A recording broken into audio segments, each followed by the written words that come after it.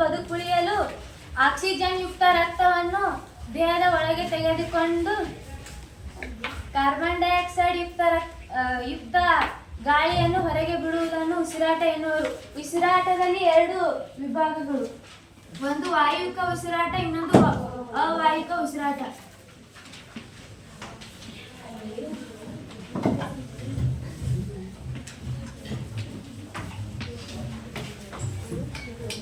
ವಾಯುವಿಕ ಉಸಿರಾಟವು ಮೈಟೊಕಾಂಡ್ರಿಯಾದಲ್ಲಿ ನಡೆಯುತ್ತದೆ.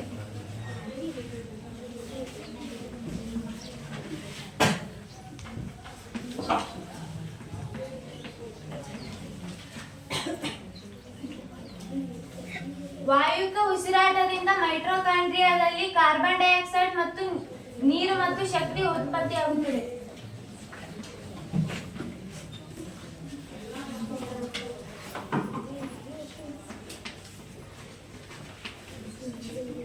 ಅವಾಯುವಿಕ ಉಸಿರಾಟವು ಈಸ್ಟ್ ಕೋಶಗಳಲ್ಲಿ ನಡೆಯುತ್ತದೆ. ಅವಾಯುವಿಕ ಉಸಿರಾಟದಿಂದ ಈಸ್ಟ್ ಕೋಶಗಳಲ್ಲಿ ಇಥೆನಾಲ್ ಮತ್ತು ಕಾರ್ಬನ್ ಡೈಆಕ್ಸೈಡ್ ಮತ್ತು ಶಕ್ತಿ ಉತ್ಪತ್ತಿಯಾಗುತ್ತದೆ.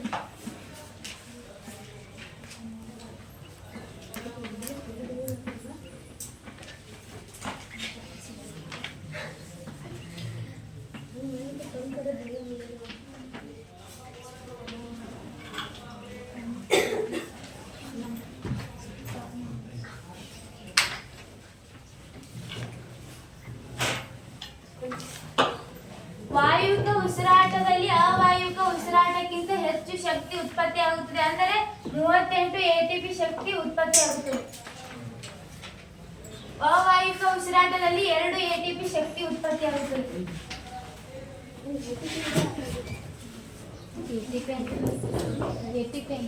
ATP ಅಂದ್ರೆ ಅಡಿನೋಜಿನ್ ಟ್ರೈಫಾಸ್ಫೇಟ್.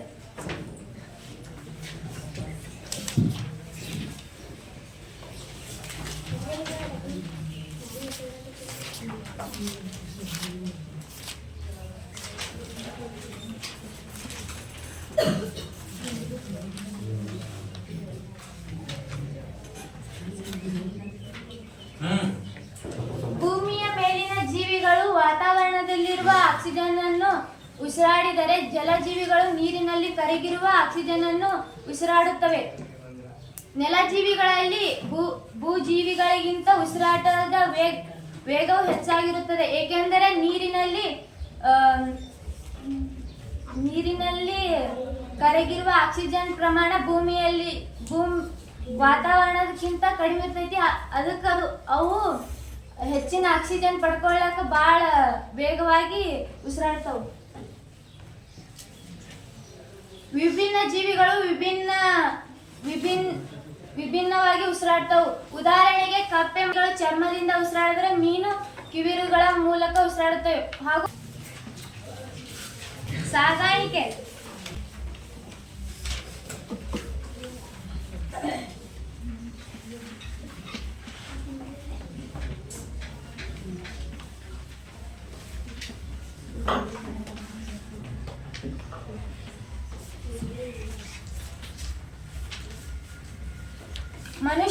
ಸಾಗಾಣಿಕೆ ಮನುಷ್ಯರಲ್ಲಿ ಸಾಗಾಣಿಕೆ ಮಾಡುವ ಮುಖ್ಯ ಅಂಗವೆಂದರೆ ಹೃದಯ. ಹೃದಯವು 4 ಕೋಣೆಗಳನ್ನು ಹೊಂದಿರುತ್ತದೆ. ಅವುಗಳೆಂದರೆ ಬಲ ಹೃತ್ಕರ್ಣ ಮತ್ತು ಬಲ ಹೃತ್ಕುಕ್ಷಿ ಮತ್ತು ಎಡ ಹೃತ್ಕರ್ಣ ಮತ್ತು ಎಡ ಹೃತ್ಕುಕ್ಷಿ.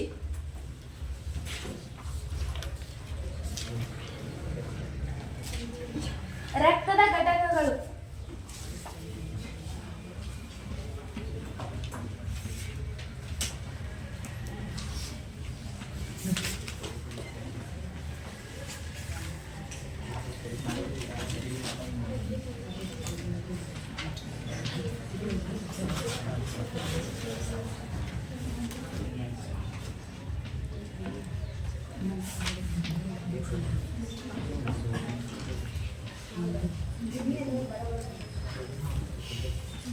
ಪ್ಲಾಸ್ಮಾ ಇದು ನೈಟ್ರೋಜನ್ ಯುಕ್ತ ತ್ಯಾಜ್ಯಗಳನ್ನು ಕರಗಿದ ರೂಪದಲ್ಲಿ ಸಾಗಿಸುತ್ತದೆ.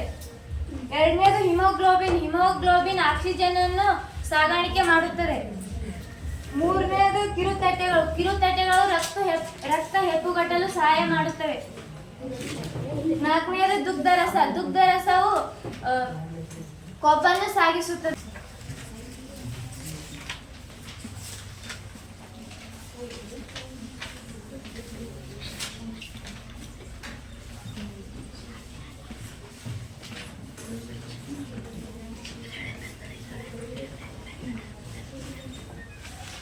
ಸಸ್ಯಗಳಲ್ಲಿ ಸಾಗಾಣಿಕೆಯ ಪ್ರಮುಖ ಅಂಗಗಳು.